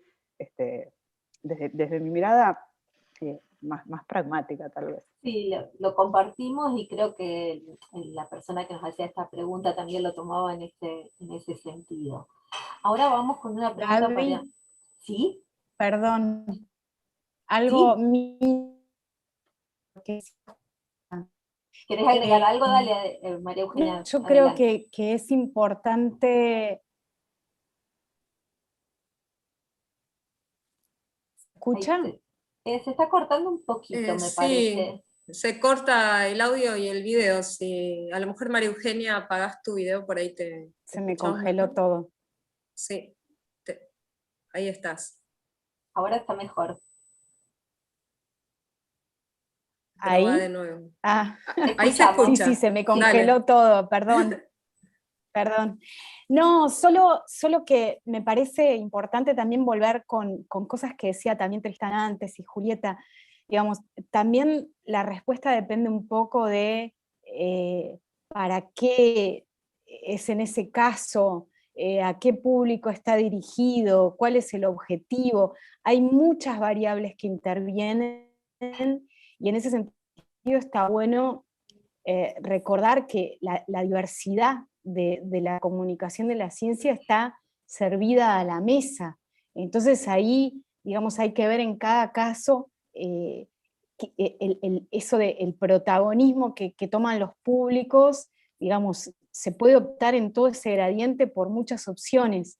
Ahora, también coincido en que, por lo menos en la experiencia institucional que yo acarreo, y desde la práctica, no solo desde la teoría, las experiencias más interesantes son las que coinciden con una metáfora que me gusta usar mucho, que es la de compartir el lápiz. Esas son las más jugosas, las que uno en situaciones colectivas siente que transforma y no solo que emite. Compartir el lápiz a mí me parece una clave muy importante para lo que está sucediendo, ¿no? Y me parece que cada vez brotan más ejemplos de esa construcción de la ciencia y de la comunicación de la ciencia en comunidad. Ahora, no quiere decir que esa sea la única, todo depende de la situación, del caso concreto. Creo que María Eugenia nos adelantaste a una pregunta que nos llegaba, que justamente tenía que ver eh, cómo replantear la comunicación de la ciencia teniendo en cuenta esas voces disonantes o conspiranoicas, sin caer en un discurso verticalista. Creo que la metáfora de compartir el lápiz aplica totalmente a esta pregunta, pero si querés agregar más a cómo podemos replantearnos esa cuestión de la disonancia, de la oposición, de las miradas muy distintas que confluyen en esta comunicación. Si querés agregar, si no, con la metáfora de compartir el lápiz creo que estamos. Sí, y además lo que decíamos antes, digamos, un poco es importante tener en cuenta la complejidad del escenario, ¿no? Como decíamos, no, para enfrentar estas complejidades tal vez no alcanza con emitir información, sino que hay que tener en cuenta todas las otras variables que intervienen. Es importantísimo tener en cuenta el rol protagónico que tienen los referentes y los líderes de las distintas comunidades en las que nos encontramos y de las controversias. Esto al único lugar que nos lleva, o tal vez a la única certeza temporaria a las que nos puede acercar, es que tal vez el camino no es lineal, como nada en la vida, ¿no? Las cosas no son lineales. Entonces quizás tenemos que llegar a tenemos que hacer un rodeo para llegar a esos lugares de diálogo en las disonancias, que no es apuntar directo y disparar, sino dar un rodeo para encontrar lugares que, bueno, no lo digo yo, lo dicen personas que saben mucho más que yo de estos temas, y que tal vez esos lugares pasan por empezar a conversar sobre cómo sabemos lo que sabemos en lugar de qué sabemos. Y ahí es importante también esto de, quizás no es solo la información, los resultados y la evidencia, sino un diálogo que pasa mucho más por una construcción civil y humana, de apertura mental y de posibilidad de revisar qué creemos y qué sabemos y cómo construimos el conocimiento que tenemos. Gracias, María Eugenia. Ahora una pregunta que tenemos para quien se anime a responderla. ¿Cuáles les parece a ustedes que son las principales lecciones aprendidas en materia de comunicación de la ciencia durante la pandemia. O sea, repregunto, ¿qué desafíos implicó comunicar en este contexto de incertidumbre que sabemos, bueno, que nos afectó y nos está afectando a todos? Y bueno, desde el INTA tuvimos que organizarnos y calculo que ustedes también tuvieron que hacerle frente a esto. ¿Qué desafíos? A ver, te veo Tristán con ganas de responder. ¿Qué desafíos? El principal desafío es el aislamiento social, porque gran parte de los procesos de comunicación, del conocimiento de las instituciones, yo hablo en mi caso particular de, por ejemplo, de la Universidad Nacional de Mar del Plata y del Programa de Democratización del Conocimiento, eran los encuentros colectivos, los encuentros con la sociedad, los encuentros, las muestras, y esa ruptura de esos espacios de intercambio realmente generó un gran conflicto. Pues, si bien las redes y los sistemas de comunicación como el que estamos utilizando en este momento nos permiten llegar a mucho público, yo estaba viendo que esta charla en el canal de YouTube, en un momento había cerca de un centenar de personas escuchándola, después va a haber otros tantos volviéndola a escuchar. Sin embargo, hemos tenido en eventos, por ejemplo, como el encuentro de la Sociedad Ciencia y Sociedad en el Museo Mar del Plata, charlas en donde en el auditorio habían sentadas 200 personas y en toda la muestra estaban durante ese día circulando más de 3.000 personas. Y esa diferencia es una diferencia pero muy grande. Y si bien acá hay un poder de distribución muchísimo más amplio ligado a justamente la tecnología y las redes, hay un aislamiento físico concreto, vínculo de la pandemia, y ahí es donde se pierde compartir el lápiz, tal cual planteaba María Eugenia, esta posibilidad de, a ver, te presto el lápiz, escribí vos un poquitito, después escribo yo, y entre los dos vamos viendo cómo viene la mano. Ese yo creo que es uno de, ese es para mí fue el conflicto principal a destacar. Las chicas. Gaby, estás silenciada, estás tratando de hablar, pero estás en silencio. Si Juli o María Eugenia querían agregar algo más a esta pregunta sobre la incertidumbre de la pandemia. Bueno, yo algo cortito y que retomo algo que decía María Eugenia en su presentación y que me pareció muy interesante, y tiene que ver con el ruido, ¿no? Tiene que ver con esto de la sobreinformación, o sea, la desinformación, la sobreinformación, la infodemia, la información cruzada, la dificultad para entender quiénes hablan desde un lugar de referencia, de autoridad, quién tiene la autoridad, entre comillas, ¿no? para dar la palabra, y también la dificultad un poco que se genera con esta horizontalidad, obviamente, de las redes y de lo que se llama prosumidores, ¿no? de esta facilidad de conversación, que tiene muchas ventajas y beneficios, pero que también genera este ruido de fondo permanente en el cual se hace difícil identificar los discursos, y hay, bueno, obviamente informaciones cruzadas, y hay intereses, y también hay este ruido del que hablaba María Eugenia. Me parece un concepto muy interesante de este momento, ¿no?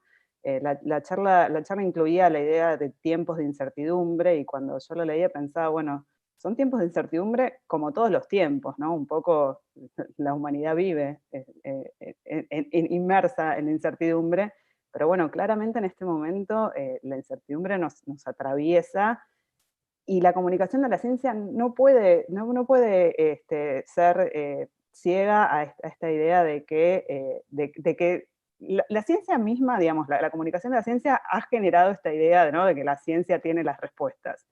Y entonces después la sociedad viene a buscar las respuestas a la ciencia dice, ah, no, pero yo, bueno, me equivoco, mi proceso es, lo cual es cierto, ¿no? Pero bueno, tenemos que poder transmitir justamente qué es la ciencia, por qué la ciencia no tiene todas las respuestas, por qué la ciencia avanza, se equivoca, se revisa a sí misma, sigue avanzando. ¿No? Hay muchas de estas ideas que me parece que son parte de este desafío de comunicar, sobre todo en estos tiempos donde hay mucho foco, obviamente, puesto en qué respuestas y soluciones trae la ciencia, porque bueno, estamos esperando que nos salven de esta situación, pero bueno, hay ruido. Ay, perdón, Juli, te corté. Sí, me quedo con la palabra solución, me quedo con la palabra sugerencia y un montón de otros desafíos. Como ya se nos va acabando el tiempo, sabemos que tenemos gran participación de toda la comunidad INTA con distintos perfiles y distintos roles, desde técnicos, técnicas, investigadores. La comunidad de becarios y tesistas de INTA que se están animando a tomar las primeras iniciativas en producción. Tenemos en curso una convocatoria de tesis en 2 minutos, que son los propios tesistas quienes están produciendo sus materiales con distintos tipos de capacitaciones. Entonces, de modo muy rápido, sin caer en las recetas o en la recomendación tipo paso a paso, me gustaría que le dejaran algún tipo de mensaje, de sugerencia a esa gran comunidad, de ver qué pueden o cómo podrían desde sus propios lugares y sus propios espacios de trabajo empezar a animarse a contar ciencia. ¿Qué pueden hacer? Muy rapidito, en 2 minutos o menos, y ahí les dejo la palabra de cierre para ir concluyendo esta gran mañana de intercambios. ¿Quién arranca? Arranco.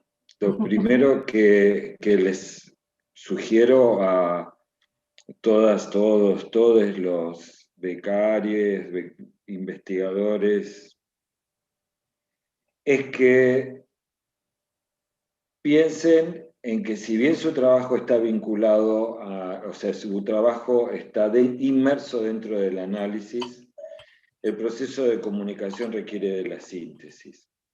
O sea, que tienen que tomar la síntesis como la nueva metodología de trabajo para avanzar en este proceso de la comunicación. Y que es justamente esta síntesis la que los va a ayudar a no simplificar, sino lograr este proceso de comunicación. Por eso esta idea fantástica de mi tesis en 2 minutos, ¿no?, es brillante como idea de llevar a poder encontrar el eje principal, la idea principal, reducirla a esa idea madre a transmitir y así automáticamente lograrla. Una vez a Umberto Eco, y cierro con esto, le preguntaba a un joven todavía, Mariano Grondona, si él recomendaba que sus alumnos leyeran muchos libros. Y él dijo, no, al contrario, yo lo que le recomiendo es que elijan qué libros leer. O sea, lo que planteaba, que decía, basta de análisis, vamos hacia la síntesis, o sea, allá hay mucha información, ahora hay que llegar a sintetizarla y buscar el nudo para poder transmitirlo. Eso les recomiendo.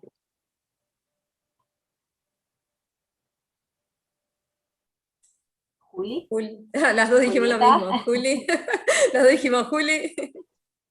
Bueno, yo recomiendo dos cosas que en general recomiendo para la vida, que son humildad, por un lado, y empatía, por el otro. Me parece que esas son 2 herramientas básicas de la comunicación. Coincido con Tristán, obviamente, en la síntesis, en entender qué es lo que se quiere decir, como decía María Eugenia también, para quién, para qué, me parece que es fundamental. Me parece que la humildad tiene que ver con entender que que todos sabemos de algo y algunos saben mucho de algo, pero todos también hay muchas cosas que no sabemos y que no son ni menos importantes ni menos relevantes. Entonces, está bueno partir de esa base, ¿no? De una base de igualdad y de empatía para entender qué le interesa escuchar al otro, además de lo que a nosotros nos interesa contar. Eso me parece importantísimo para generar un diálogo real, ¿no? Para que no sea un monólogo en el cual yo cuento la brillante idea que tuve o la investigación que estoy haciendo, sin tener en cuenta quién está del otro lado y qué de eso le puede resultar interesante, resultar necesario, o incluso disparar nuevas ideas, ¿no? Así que bueno, esas son mis dos recomendaciones breves. María Eugenia. Bueno, Tristán mencionó la síntesis y Juli la empatía y la humildad. Como dijo Gaby, no hay recetas únicas ni cerradas, pero a esa receta, para ese guiso, quizás podemos agregar lo colectivo. Siempre lo colectivo abre más puertas. En la mezcla hay puertas hermosas que se abren y que no se abren de otra manera. Mezcla en 4 dimensiones, o sea, todas las mezclas posibles. Y no olvidemos las preguntas, ¿no? Que de ahí arranca todo. Todo lo que no sabemos es la manera de empezar a contar cómo vamos en busca de lo que queremos averiguar. Así que a la síntesis, la humildad y la empatía, si le agregamos lo colectivo, la mezcla y las preguntas, creo que podemos ir por buen camino. Brillante. Muchas gracias, excelente cierre. Nos dejaste sin palabras. Bueno, les queremos agradecer muchísimo, muchísimo a nuestras invitadas y nuestro invitado, a todas las personas que se conectaron, a nuestros compañeros, compañeras y compañeros de INTA que sabemos que están escuchando. Y bueno, hemos llegado al final, estuvo súper interesante, me gustó mucho el tema de la transversalización de la comunicación y la ciencia, que es algo que es lo que intentamos hacer los comunicadores y comunicadoras del INTA todo el tiempo. Y bueno, queremos invitarlos a la próxima charla, que bueno, va a estar acá en el canal de YouTube de INTA Argentina, ahí preparada para la próxima transmisión. No sé, Gaby, si querías agregar algo más. La próxima va a ser sobre comunicación estratégica, calculo que va a ser a mitad de junio y está abierto, y desde ya muchas gracias a todos y nada, muchísimas gracias. Un saludo. Gracias.